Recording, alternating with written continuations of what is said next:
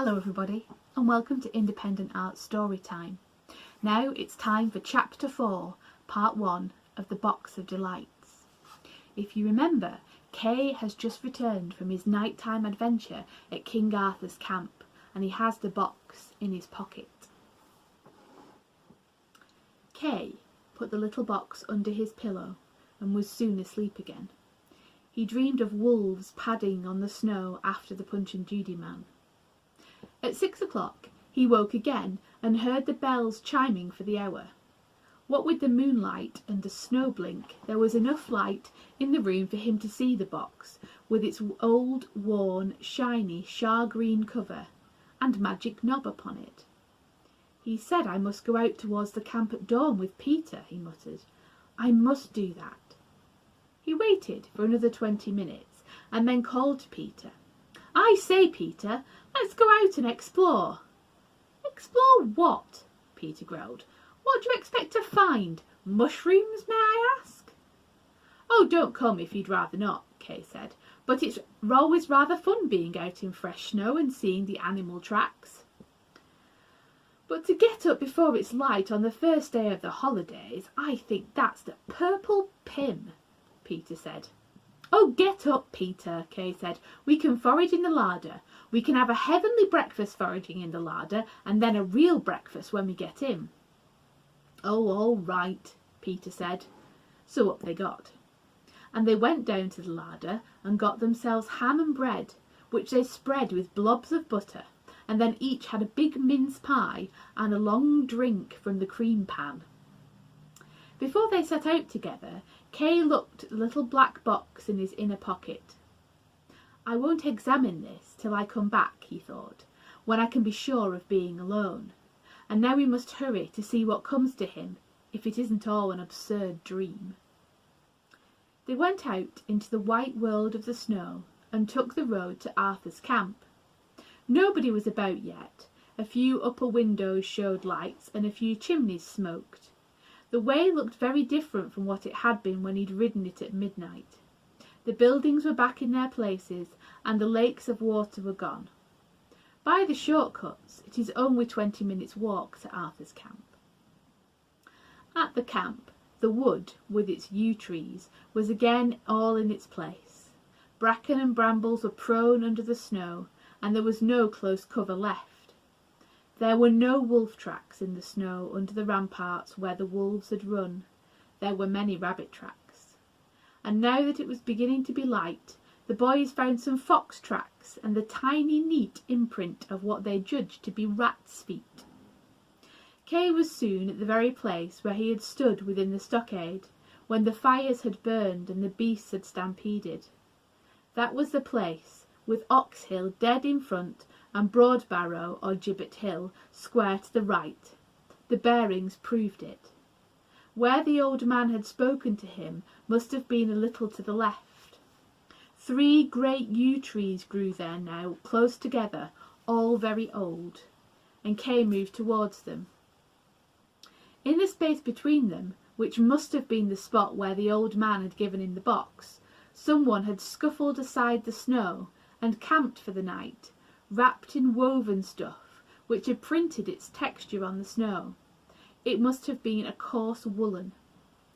The strange thing was that no footprints led to the place, although footprints led away from it. "Somebody's been here for the night," Peter said. "Look out for creepy crawlies." "No footprints to show where he came from," Kay said. "He must have come before the snow," Peter said. "Let's follow to see where he goes. What a night to have been out in." "Snow's said to be warm if you get really into it," Peter said, "but I dare say it's one of the things that they say." They followed the footprints, which were those of a man about the size of Cole Hawlings. But I don't think it can be Cole, Kay thought, because there are no tracks of a Barney dog, and he must have had Barney with him. But then Rat said that the lady was going to take the dog.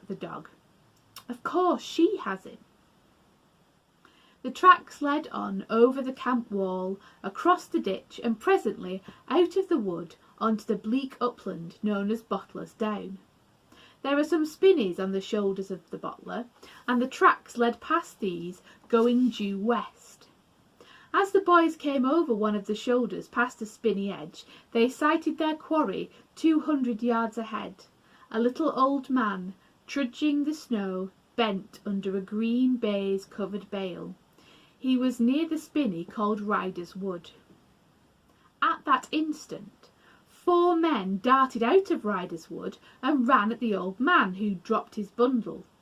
One of the men had something that flew up, and Kay gasped as he thought it was a club, but it seemed to be a sack or a bag, and this came down over the man's head.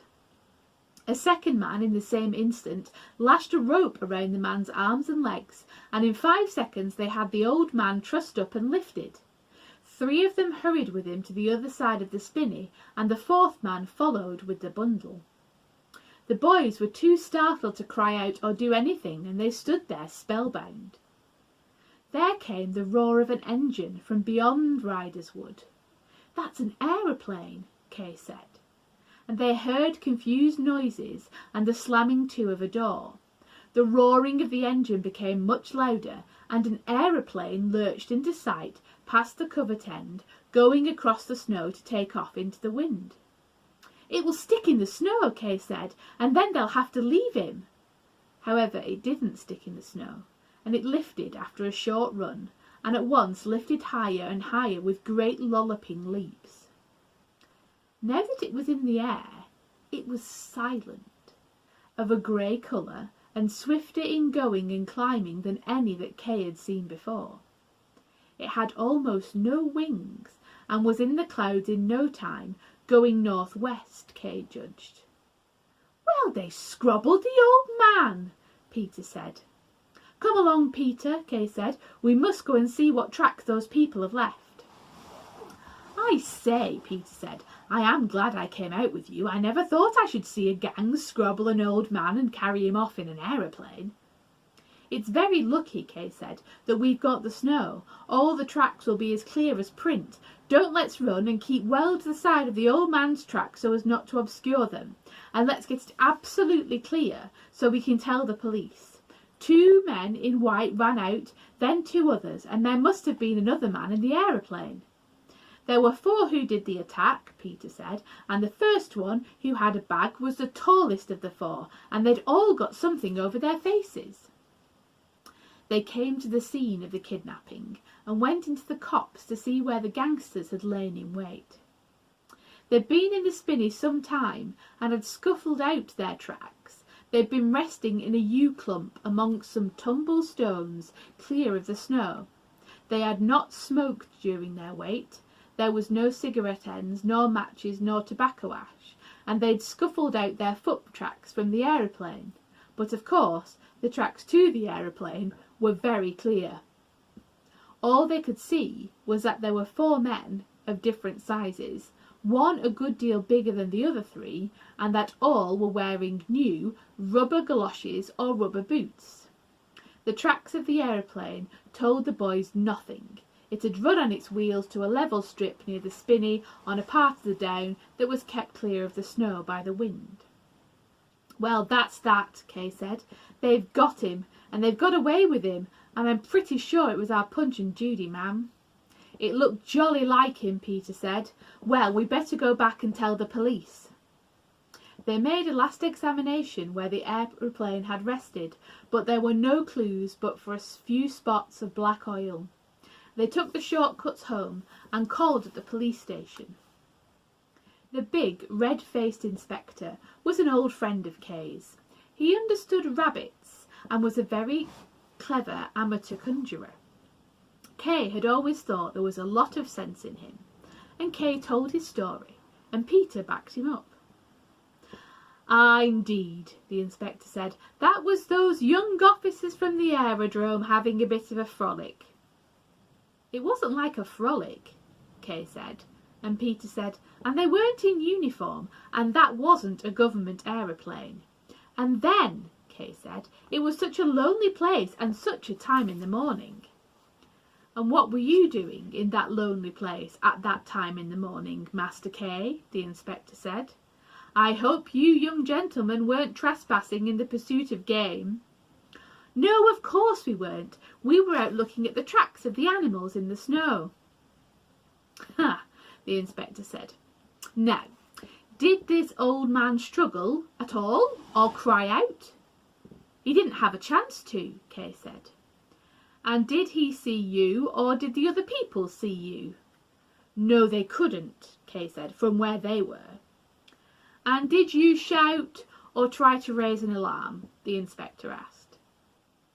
"I'm afraid we didn't," Kay said. "We were just spellbound, and it all happened in an instant. They ran out, scrabbled him up, put him into the aeroplane, and away they went." "Well," the inspector said, "it sounds like the aerodrome to me. Those young fellows, Master Kay, serving their country and away from the civilizing influence of their mothers, just full of spirits, the spit of what I was myself when I was a young man. It was a Christmas gamble, and a bit of what you call ragging. And so you see, Master Harker, the law isn't like ordinary things. Sometimes the law has to put its foot down, and sometimes it has to shut its eyes. And the law, Master Kay, makes much of what is called motive. What's prank when meant as prank may become felony when meant as felony, and what you saw seems to me to be no more than a prank. But all the same, I am obliged to you, Master Harker. We in the law are always glad of evidence, first-hand evidence from one who knows what's what. And I'll keep my eyes and ears open, Master Kay, for anything out Bottlers Down way. But nothing's come in yet. No job for the law has been done out Bottlers way.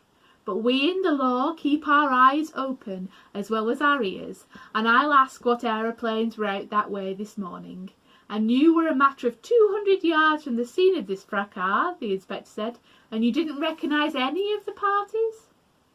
"Well," Kay said, "we both think and are almost sure that the man was the Punch and Judy man who was at Seeking's house last night from 5:30 to 6:30.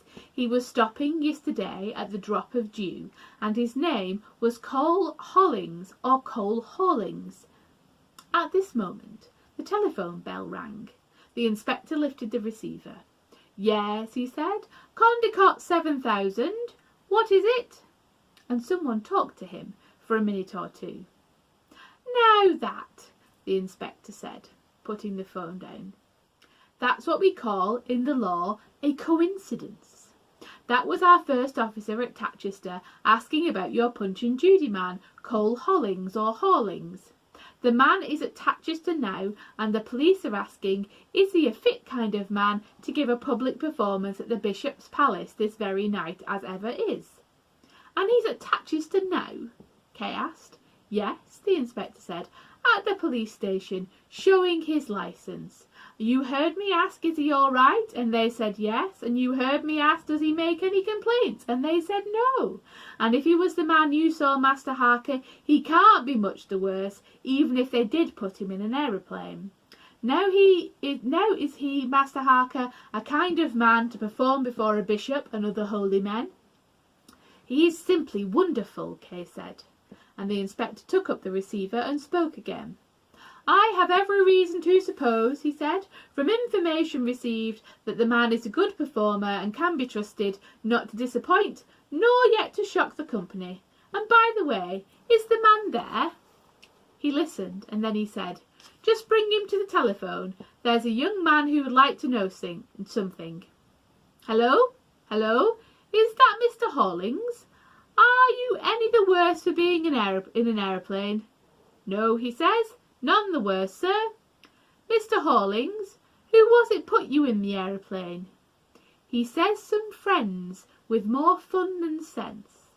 "And what brought you out Bottlers Down way in the snow, Mr. Hawlings?" "He said it was the only flat bit where he could meet the aeroplane. Now here's a young friend who wants to ask how you are." The inspector handed over the receiver to Kay. "Is that you, Mr. Hollings?" Kay said. "I rang you up to ask how you are, if you were any worse for the wolves or the aeroplane." The telephone was full of crackles and buzzes, and a female voice said, "Pottington, 25, please." and a distant man's voice says, "Give up the strychnine and go on with the belladonna."